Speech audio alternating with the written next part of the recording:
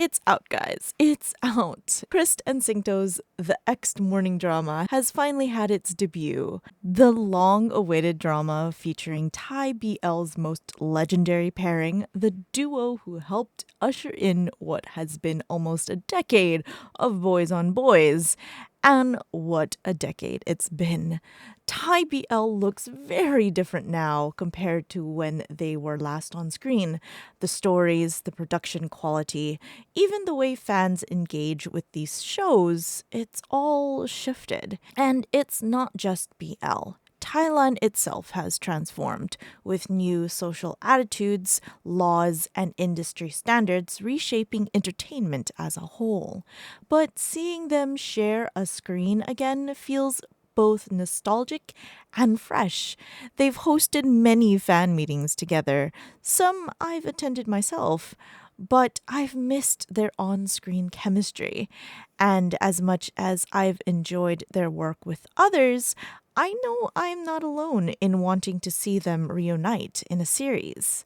This video might not be the usual content for the BL drama fandom, as most tend to focus on reactions rather than reviews, but if you don't mind, I'd like to share my thoughts and feelings about this drama that I never thought would come out. A historic moment for any BL fan who has been in this fandom since the very beginning. So come with me as we explore my first impressions and a general review of the first episode of The 𝒔 Morning and how excited I am to see 𝒔 sing in their first BL together in years.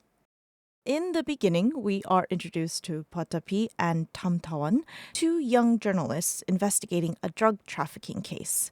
Both share the same professional dream, but P wants something specific: to see his face and Tam's on those billboards as Good News' top reporters.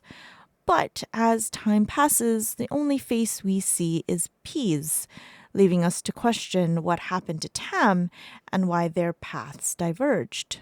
There are a lot of small flashbacks throughout the story, showing how Tam and P met as college freshmen and how their relationship was before the present day. Any pariah worth their salt can see the similarities of their past lives and that of 𝒔 and 𝒔𝒐𝒕's first drama, 𝒠otis. In fact, the entire story is a homage to them as actors and their career. P and Tam have personalities very close to 𝒔 themselves, and their relationship, that of an outgoing extrovert and his more introverted partner, is apparent to anyone who has followed them until now. Even the dates given in the drama is a callback to very real periods for the two actors, and it makes those of us who have waited so many years for them to finally be in a drama together again feel seen, and I love that for us. It feels like a love letter of sorts to those who have been around for so long. In a way, I almost feel like this was a continuation of 𝒠otis. But also not, because 𝒠otis is done, finished even, and it ended with a tiny bow on the top that doesn't need to be unwrapped. But there are so many similarities, and I'm sure it's done on purpose. Even tawan is another word for sun in Thai, much like artit is. But all of these callbacks doesn't mean that this isn't its own story. These are two people who are grown adults and not college students. They have real jobs and life experiences that separate them from their life before. Well, grownish, because P pouts like a teenager and Tam is a little shit, just like Hongbap. I do like how the show flips between their younger and older selves. It perfectly captures their journey together with transitions that are smooth and never confusing. It's always clear whether we're seeing past P and Tam or present P and Tam, even without their signature hairstyles and outfits. And speaking of said outfits, whoever dressed 𝒔𝒐𝒕 in this black turtleneck needs to be arrested for crimes against the public, because damn, does this man look too hot. I think I saw way too many people be feral on my timeline for this, and I myself couldn't help but stare. But let's not forget our Christ and his comfy little sweater. I think it really suits him here, even though he's staring out into the rain like the sad puppy he is. They really went all out with these costumes, knowing exactly what fits each of the boys' personalities and their looks. Some other notable standouts for me include the absurdity of P getting hit in the head with a bottle, only to end up with a small lump and a bit of blood, and for him to be hit again in the same place years later by another bottle. The humor in this really lands for me. I don't always love some of the jokes and sarcasm that Thai BL has, but here it feels kind of natural. Whether it's the writing or the delivery, it fits seamlessly into the story instead of feeling like a throwaway mood shift. I also love the way that P and Tam stare at each other, whether in anger or in longing. I especially liked that first one when the award nearly hit Tam in the head. It made me giggle like a schoolgirl. I'd forgotten how beautiful they are together, not to mention their sweet kisses on the cheek and some on the lips as well. As a couple, they just work, and my soul hurts for wanting more. Tam's calmness in the face of P's anger is another thing I really enjoyed.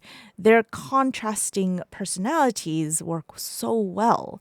When Tam hinted he might find suspicious files on P's computer, my mind immediately went to corn, but it could have also meant old pictures of them together, proof that P hasn't fully moved on. Not that we need more evidence of that, considering his computer password is still Tam's phone number.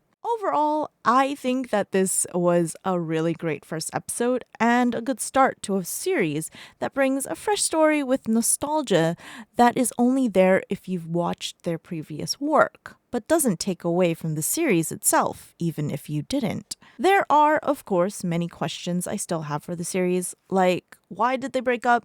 Why has P changed so much from his younger days? It really can't just be because Tam broke his heart. There has to be more to it. And I actually like that it's only 10 episodes.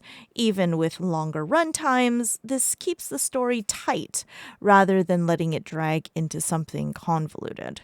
That said, there are plenty of ways this could go wrong. Too much angst, meandering side plots, or leaning too hard on nostalgia could accidentally turn this into Soda's Super S.